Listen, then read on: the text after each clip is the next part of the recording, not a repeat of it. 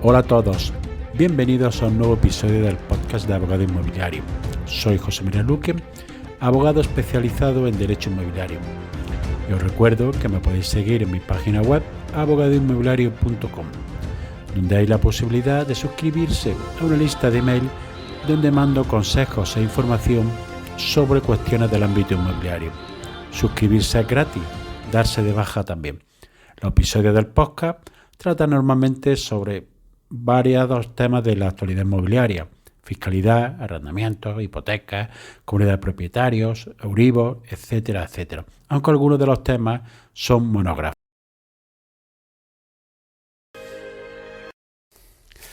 Hoy voy a comentar cuál es la duración mínima de un contrato de alquiler para vivienda habitual.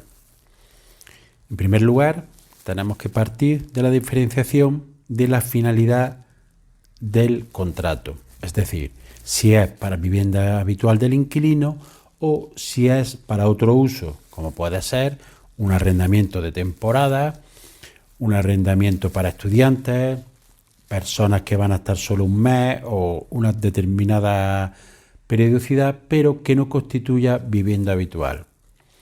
Importante destacar que si es para vivienda habitual, aunque se ponga otra cuestión distinta, el contrato se va a considerar de vivienda habitual, porque hay una máxima en derecho que dice que los contratos son lo que son y no lo que las partes dicen.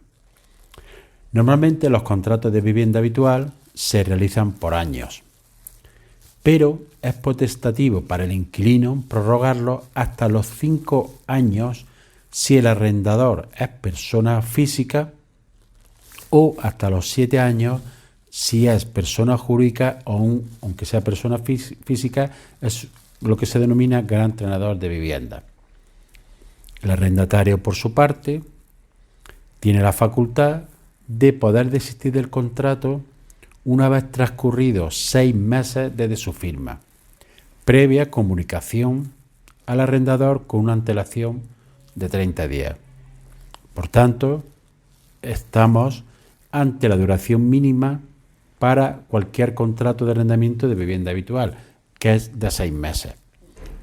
Cuestión distinta es que las partes de mutuo acuerdo, transcurrido 1, 2, 3 meses o el periodo que haya pasado, puedan, de mutuo acuerdo, resolver el contrato. La Ley de Arrendamiento Urbano también establece la posibilidad de pactar en el contrato de arrendamiento que en caso de que el inquilino desee desistir del mismo, debe de indemnizar al arrendador. Esta indemnización está fijada por la ley, que se establece en una cantidad equivalente a una mensualidad de renta en vigor por cada año del contrato que reste por cumplir. Es decir, si se ha pactado un contrato de 5 años, por ejemplo, y se va cuando pasan 2 años y medio, tendrá que pagar 2 anualidades por los años que queden sin cumplir, y además los periodos de tiempo inferiores al año dan lugar a la parte proporcional de la indemnización. En caso de que se pacte el contrato por 1 año y se va a los 6 meses de duración mínima, deberá de indemnizar la mitad de una mensualidad de la renta, pero siempre teniendo en consideración que esta duración mínima queda a potestad del inquilino, que tiene esa facultad de poder estar en la vivienda habitual hasta 5 o 7 años, como hemos manifestado anteriormente.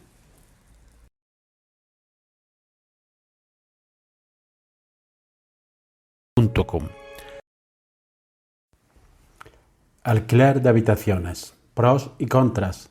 Quédate y te lo cuento. Uno de los motivos fundamentales de lo que está pasando en el mercado inmobiliario es el alto precio que tiene el alquiler. Ello lleva y tiene como consecuencia que cada vez más se dé el alquiler de habitaciones. Este siempre ha existido, pero debido a estos elevados precios y a la escasez de vivienda que existe actualmente en el mercado de alquiler, hace que cada vez este tipo de alquiler sea más frecuente. Al haber más tipos de estos negocios, pues hay más problemas y hay más conflictividad, y hay que dejar claro en el marco tanto legal y jurídico en el que nos movemos. En primer lugar, vamos a decir que estos alquileres se encuentran regulados en el Código Civil, es decir, están excluidos de la Ley de Arrendamientos Urbanos, porque no se consideran arrendamientos de vivienda habitual.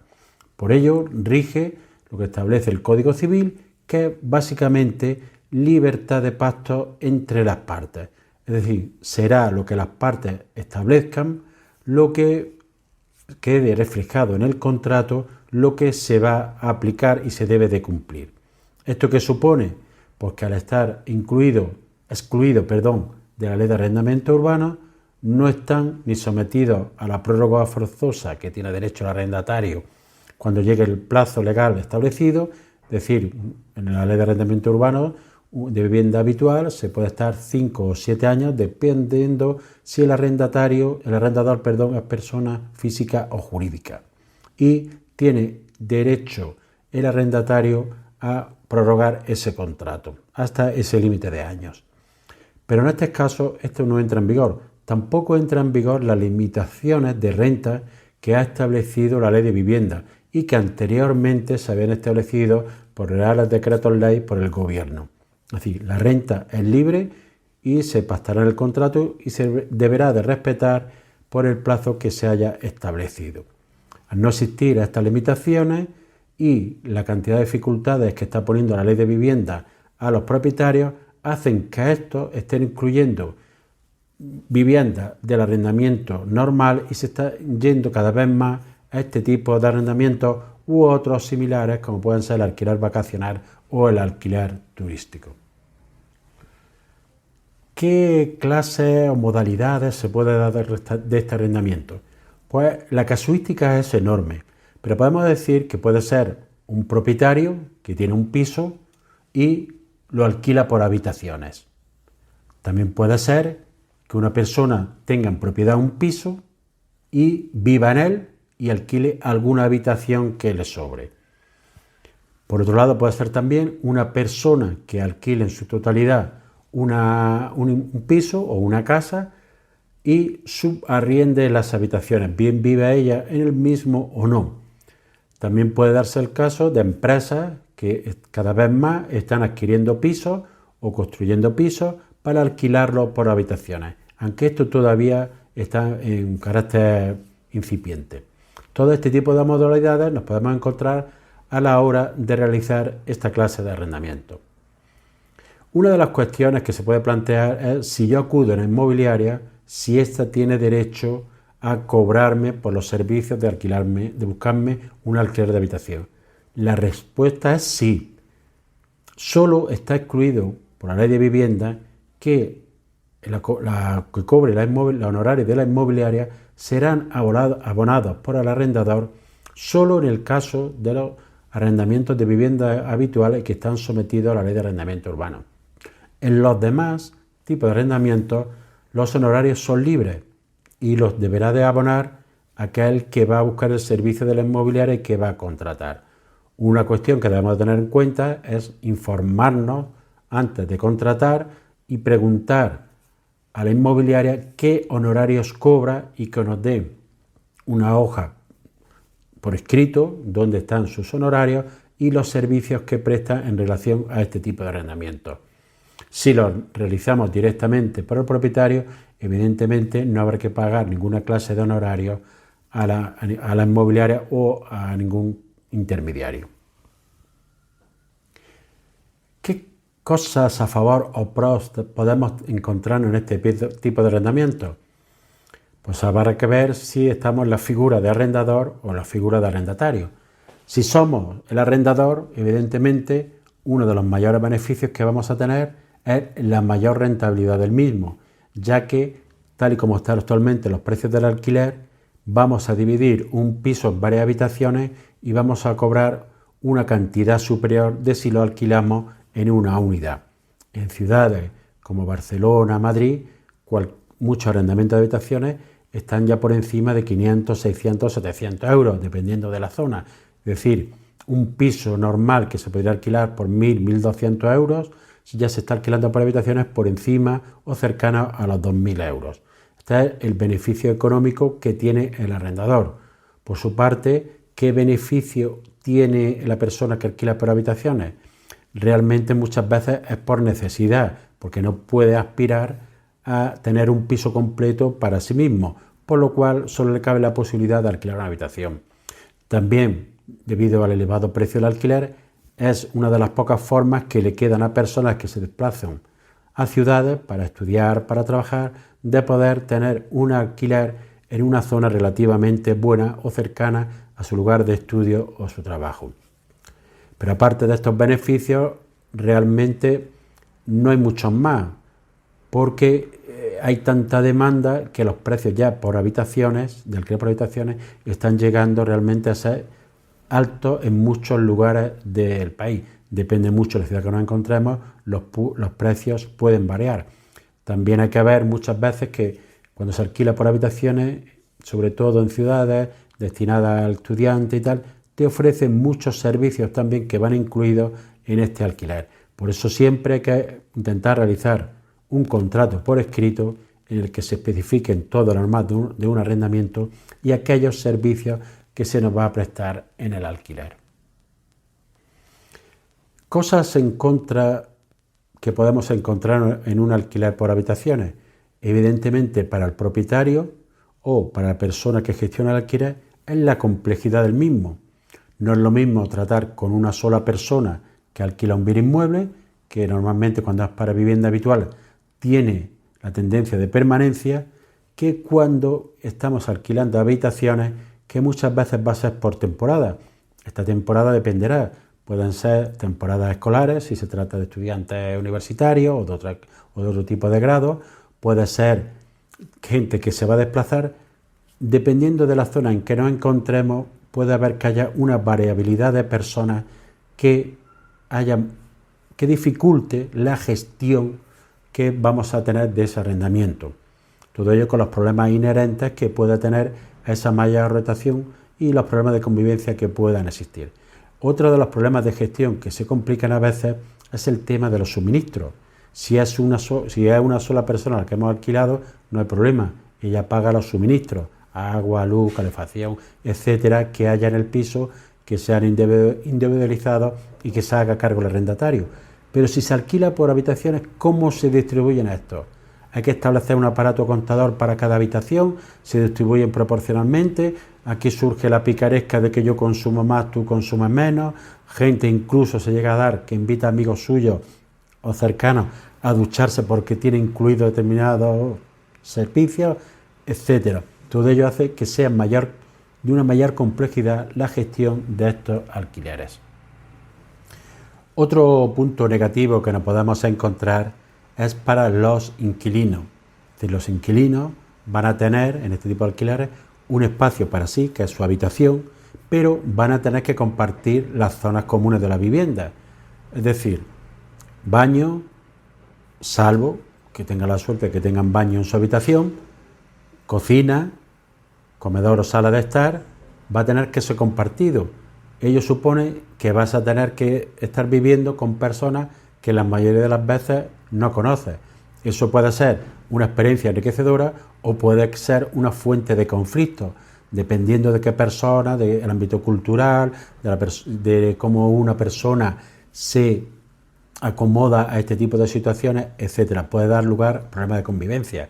También depende de lo que tú te dediques, pues es personas que les gusten más salir, que metan amigos, que puedan entrar, que hagan fiestas, etcétera, etcétera.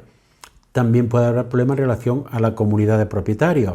Dependiendo de qué tipo de personas, qué número de personas haya en este tipo de alquiler, pueden dar lugar de problemas de convivencia.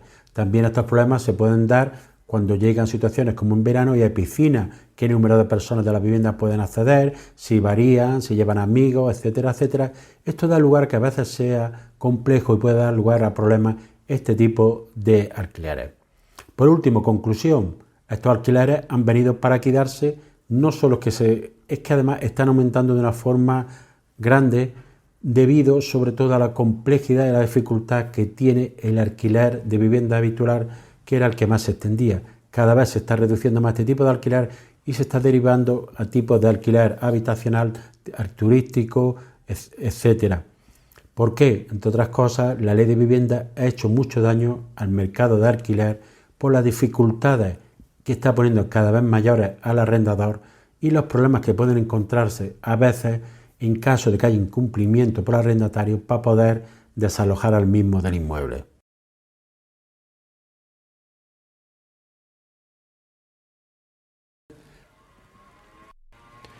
Soy José María Luque de abogadoinmobiliario.com. En este vídeo te voy a comentar qué dinero es el aconsejable tener para comprar una vivienda. Me refiero siempre al caso en el que vamos a comprar una vivienda con financiación, ya que si disponemos de todo el capital, evidentemente no tiene sentido decir qué dinero necesitamos porque lo vamos a tener en su totalidad.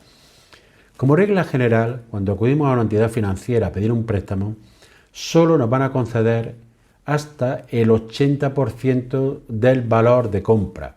Es decir, casi en ningún caso te van a conceder más cantidad del préstamo, salvo que sean, por ejemplo, viviendas que se adquieren a la entidad financiera, en el cual en algunos casos están dando hipotecas por el 100% del valor, o en algunos casos, o en algunas comunidades autónomas, en que se puede conseguir un mayor porcentaje, ya que la propia comunidad puede avalar hasta un límite superior. Dependiendo de las circunstancias, puede llegar incluso a avalar hasta el 90 al 100%. En estos casos, este es el primer requisito que debemos de partir, es decir, ya debemos de disponer del 20% del valor de compra. Lo cual, si estamos comprando una vivienda de 150.000 euros como máximo, nos van a dar una hipoteca de 120.000, por lo cual ya tenemos que tener al menos 30.000 euros. Pero no solo tenemos que tener ese dinero, sino que además hay que tener un porcentaje de un 10 o un 15% para hacer frente a todos los gastos que tenemos que llevar a cabo cuando procedemos a la compra de una vivienda. En primer lugar, tenemos que liquidar el impuesto de transmisiones patrimoniales o, en su caso, del IVA si se trata de una vivienda nueva. Estamos hablando ya del 10% del IVA o el impuesto de transmisiones patrimoniales, depende de la comunidad autónoma, rondará el 7 o el 8%, aunque hay casos que están bonificados al 50%, incluso más, en casos de familia numerosa, personas con discapacidad, jóvenes, hasta un determinado importe en el valor de la vivienda, etc. Este es un gasto que tenemos que tener a la hora de valorar la vivienda. Pero es que además tenemos que tener en cuenta que vamos a tener que hacer frente a otros gastos. Si vamos a contratar una hipoteca, en este caso, vamos a tener que hacer frente a los gastos que nos va a cobrar la gestoría del banco. El préstamo hipotecario no tiene gastos, pero sí tiene gastos de gestoría. Además, tenemos que hacer frente a los gastos de la escritura, que en la mayoría de los casos los va a pagar el comprador, salvo que sea vivienda de segunda mano, y se establecieran los gastos según ley. En este caso, los gastos serían 2/3 aproximadamente para el vendedor y 1/3 para el comprador. También vamos a tener que hacer frente a los gastos de registro de propiedad. Cuando hayamos firmado nuestra escritura de compra-venta, esta hay que escribir en el registro y esos gastos van a cargo del comprador. Pero no solo estos serían los gastos, digamos, jurídicos y derivados directamente de la compra-venta, es decir, gastos del bien inmueble, impuestos que se derivan, notario y registro y gestoría del banco al solicitar el préstamo hipotecario. Pero es que además existen otra serie de gastos a los que hay que tener en consideración.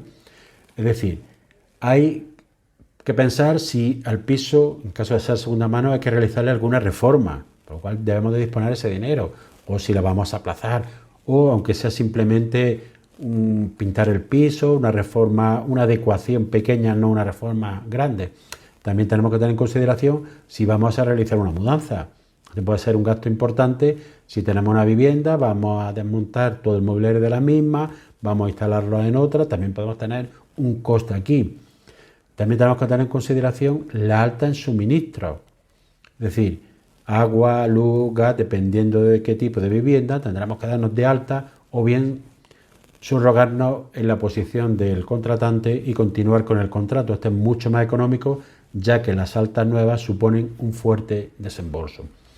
Por último, tenemos también que tener en cuenta si hemos contratado profesionales para poder adquirir esa vivienda, es decir, si hemos contratado una inmobiliaria que nos ha buscado esa vivienda y como compradores vamos a pagar una parte de honorario. También si hemos contratado algún profesional, un abogado o un asesor inmobiliario que nos haga gestiones relativas como por ejemplo con firma de contratos de arras, asesoramiento en todos los temas legales, etcétera. Todo esto son gastos que se van incrementando a la compra de la vivienda. Por eso, como mínimo, hay que tener en consideración que si sumamos el importe que no nos van a financiar y todos estos gastos, lo aconsejable es como mínimo tener como mínimo un 30% del valor de la vivienda en dinero preparado para hacer frente a todos estos gastos, ya que en caso de no ser así, vamos a tener problemas para poder afrontar los mismos. Y además, de no ser así, el banco a la hora de estudiar nuestra operación financiera la va a tener más en consideración porque va a ver que no es la suficiente liquidez, y esto es muy importante a la hora de considerarnos como clientes y las posibilidades que tenemos de que nos concedan el préstamo hipotecario. Relacionado con lo que cuesta la vivienda está el esfuerzo económico de pagar una vivienda. Esto se refiere a cómo vamos a pagar nuestra vivienda en ese periodo de tiempo. Evidentemente, si compramos la vivienda y la vamos a desembolsar de una cantidad, evidentemente no tiene que ver nada con lo que voy a decir a continuación. Pero si solicitamos financiación, vamos a tener que hacer frente a un coste periódico, que es la cuota hipotecaria, aparte de todos los gastos que tenemos en una vivienda, para poder vivir en la misma. Pues es aconsejable, y además la ley de crédito inmobiliario que regula el tema de las hipotecas desde el año 2019, en esta ley se estableció que nunca puede superar el 40% el esfuerzo económico para que un banco te conceda un préstamo hipotecario, es decir, el esfuerzo económico en relación a los ingresos que tiene una familia, destinarlo al pago de la vivienda. Es decir, si una persona gana 2.000 euros, no puede destinar más de un 40% al pago de la misma. Estaríamos hablando de 400, 500 euros, ya que en caso de exceder en esto la cuota hipotecaria, luego puede tener problemas para poder desarrollar su vida normal y hacer frente a todos los gastos de la vida diaria. Por eso el esfuerzo económico es aconsejable que nunca supere el 30% de los ingresos de la unidad familiar, ya que en otros casos vamos a estar apurados para poder hacer frente a la cuota del préstamo hipotecario. ¿Qué ha sucedido en los últimos tiempos? Que en poco más de un año el Euribor ha pasado de estar negativo hasta por encima del 4%. Todos los préstamos que se revisaron en la segunda semestre del año pasado o se han revisado en el primer semestre de este año han subido un fuerte incremento de 200, 300 euros e incluso 400 euros en la cuota hipotecaria, por lo cual eso está asfixiando a muchas familias porque el esfuerzo económico que les supone hacer frente a la misma excede ya en muchos casos de este 30% aconsejable y del 40% que en ningún caso se debe de superar. Pero es que es más, hay ciudades donde el precio de la vivienda ha crecido tanto, como puede ser Madrid, Barcelona, incluso Málaga, donde el esfuerzo económico que debe hacer una familia para adquirir una vivienda está ya incluso por encima del 45% de los ingresos mensuales, por lo cual en estas situaciones es del todo desaconsejable y no van a poder adquirir una vivienda porque si no, no van a poder hacer frente al pago de la misma y poder desarrollar su vida de una forma normal. Por esto, siempre hay que tener muy claro qué esfuerzo económico necesitamos para comprar una vivienda y no desviarnos y no superar nunca, o intentarlo al menos, el 30%. Si te ha gustado este episodio, no recuerda suscribirte al canal. Nos vemos en el siguiente episodio.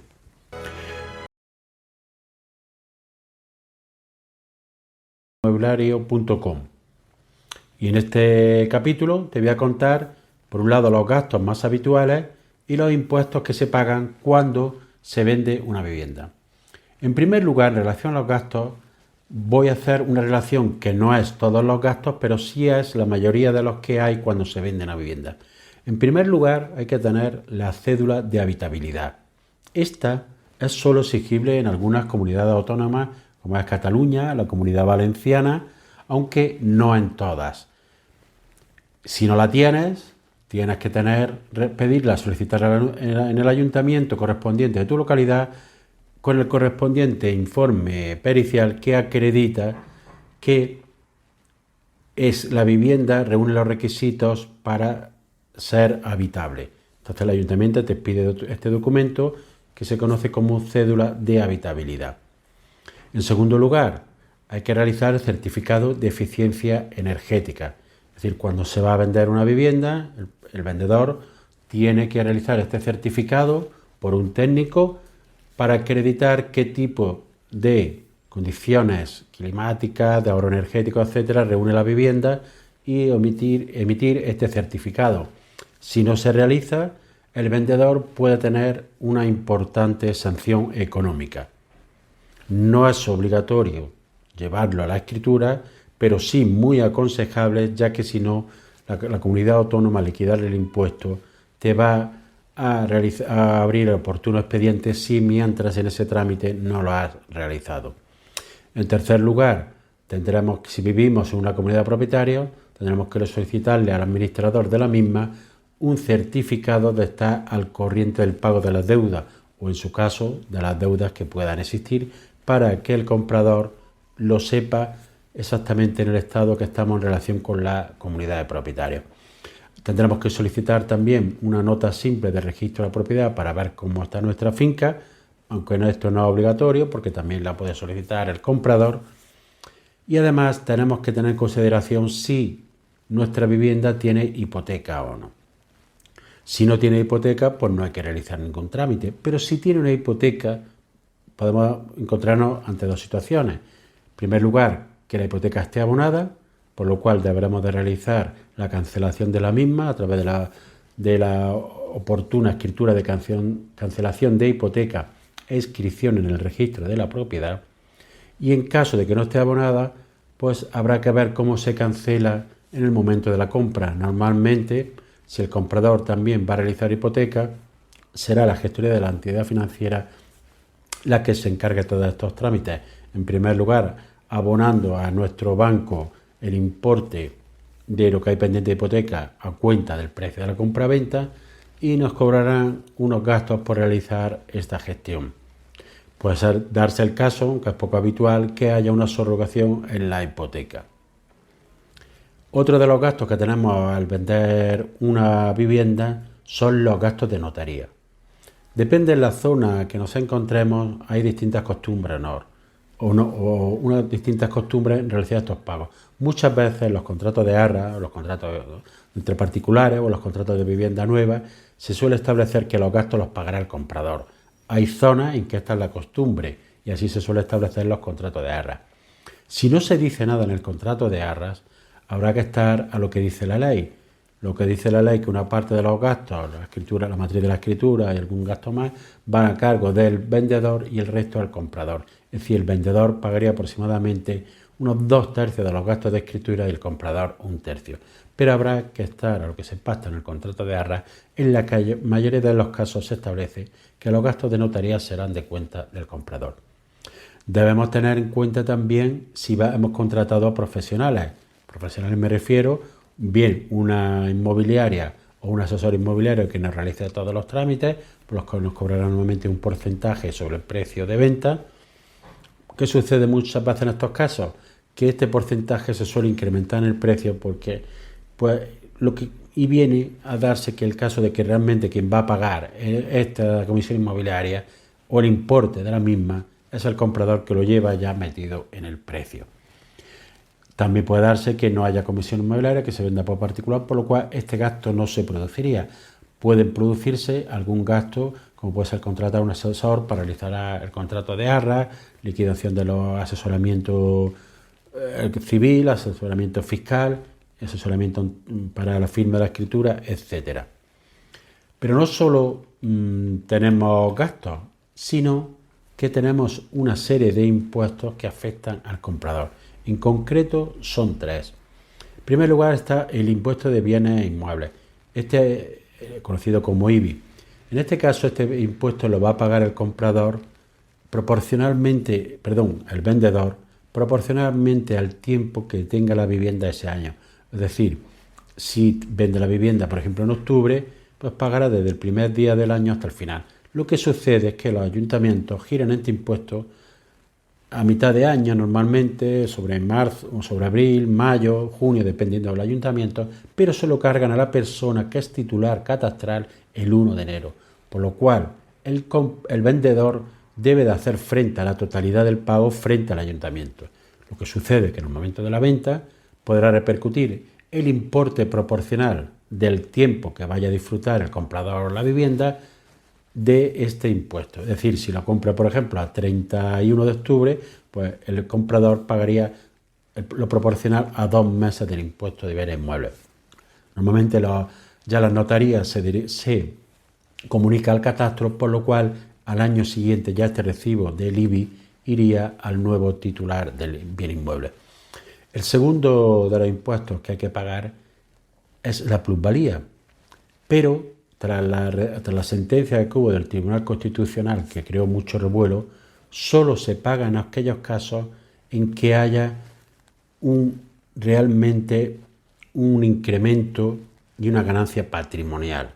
Antiguamente se pagaba siempre que había una transmisión. Pues bien, desde esta sentencia solo se paga siempre que se produzca una ganancia patrimonial, ya que si hay una pérdida patrimonial o no hay ganancia, no hay que pagar este impuesto. Lo que sí hay que siempre presentarlo en el ayuntamiento correspondiente, aunque no haya que no haya que realizar ninguna liquidación, pero siempre hay que dejarlo presentado. Y por último, el vendedor, el último impuesto que tiene que pagar tiene que declarar la operación al año siguiente en el impuesto de la renta de las personas físicas. La operación hay que declararla siempre. Puede ser que haya sido una operación con ganancia patrimonial o con pérdida patrimonial. Si hay ganancia patrimonial, deberá de pagar por la misma. Hay una escala que se establece en la ley del IRPF en que va desde un 19% los primeros 6.000 euros, así sucesivamente. Cuanto mayor ha sido la ganancia, mayor se paga, que llega hasta un 26% actualmente. Estos son los gastos e impuestos que vamos a tener cuando procedamos a la venta de inmuebles. Es muy importante tenerlo en consideración porque ello puede influir a la hora de establecer el precio que vamos a poner a nuestro bien que vamos a vender. Y hay que tener muy en consideración el precio de adquisición del mismo, bien fuera por compra, herencia o donación, independientemente del título, qué precio se adquirió, porque este va a ser trascendental a la hora de liquidar fundamentalmente tanto el impuesto de plusvalía como el impuesto de la renta de las personas físicas.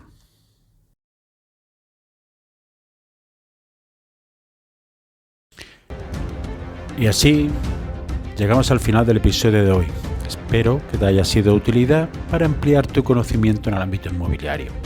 Si quieres que este podcast llegue a más personas, puedes compartir el enlace del episodio en tus redes sociales o darle una valoración positiva en la aplicación que utilizas para escucharlo. Recuerda que me puedes seguir en abogadoinmobiliario.com. Gracias por escuchar, nos vemos en el siguiente episodio y que tengas una excelente semana.